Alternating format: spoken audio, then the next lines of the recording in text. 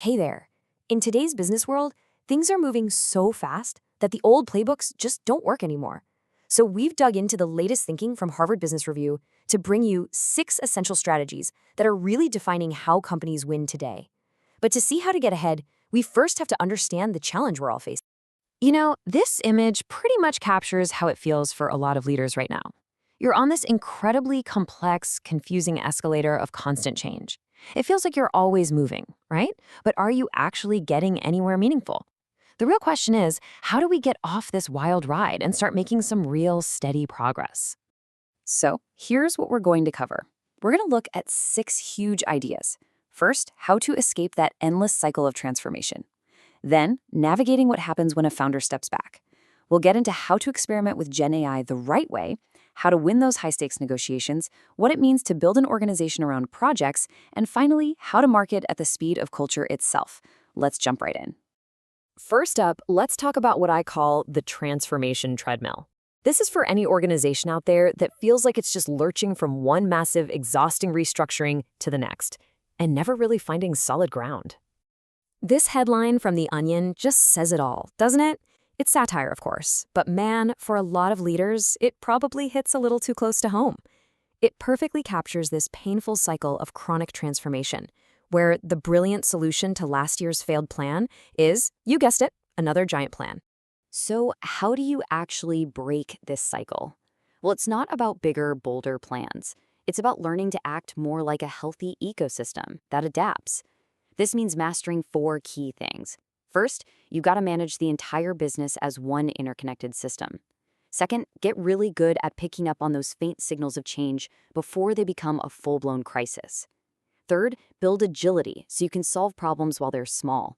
And finally, make sure every single move is grounded in creating real value for everyone involved. Boston Scientific is a perfect case study here. Before their CEO Mike Mahoney came in, they were completely stuck in this loop. But instead of just another patch, he focused on redesigning the entire business system. He got everything aligned to create what they now call a winning spirit. It's such a powerful lesson in treating the cause, not just the symptoms. All right, moving from transforming the system to transforming leadership. Our next strategy tackles one of the absolute most critical moments in a company's life. What happens after the founder steps away? And believe me, the stakes could not be higher. A founder transition is 2 to 3 times more likely to fail or cause a major performance drop compared to your standard CEO handover. Getting this wrong can literally undo years of hard-won momentum. The key is to find the right role for the founder after they step down. There are generally 3 common paths.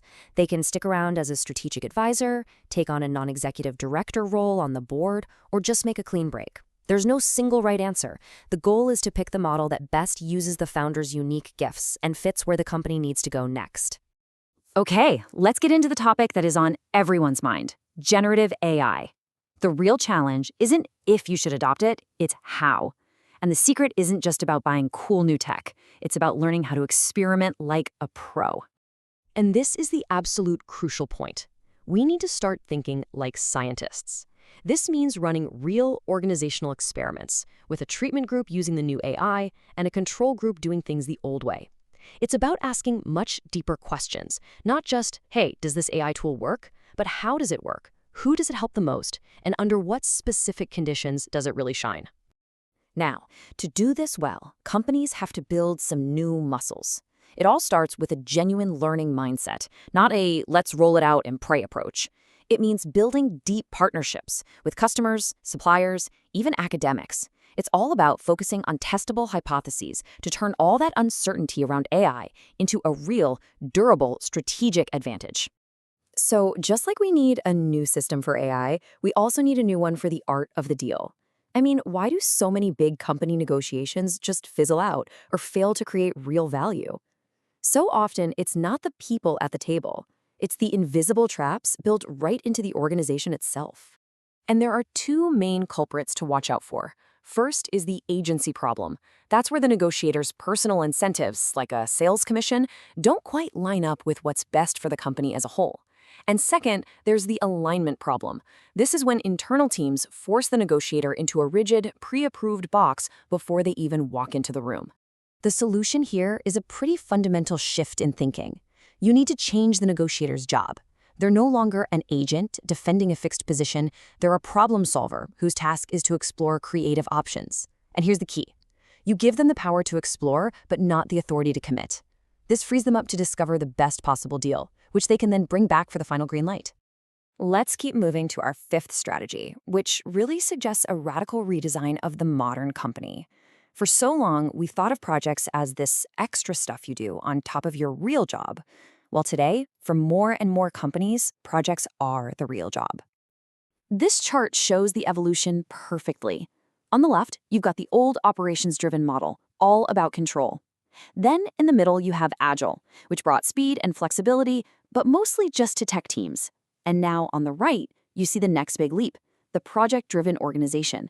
Here, the focus is on creating value across the entire company, and leadership's job completely changes, from commanding to sponsoring and empowering teams to get things done. And for our sixth and final strategy, let's talk marketing. In a world that runs on social media, those traditional, slow, 6-month-long ad campaigns are often totally irrelevant before they even launch. The future is all about moving at the speed of culture. And this right here, this is the moment that started it all.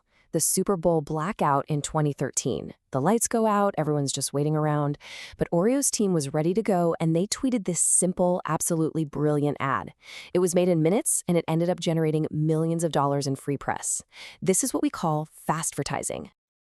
And here's the real magic of it. Fast advertising completely flips the old advertising model on its head. Instead of paying for media, you earn it. By jumping into a conversation that people are already having, you turn your audience into your distribution channel. Your cultural relevance becomes your new media budget. It's genius. So as we look back at all 6 of these strategies, from transformation and founder transitions to AI, negotiations, projects, and marketing, what's the one big thing they all have in common? It's this fundamental shift away from rigid top-down control and towards systems that are adaptive, responsive, and frankly, a lot more human. And that really leaves us with one final thought for you to chew on. As you think about these 6 powerful ideas, which one, if you really committed to it tomorrow, would create the biggest, most positive shift in your own organization? Thanks so much for joining us for this explainer.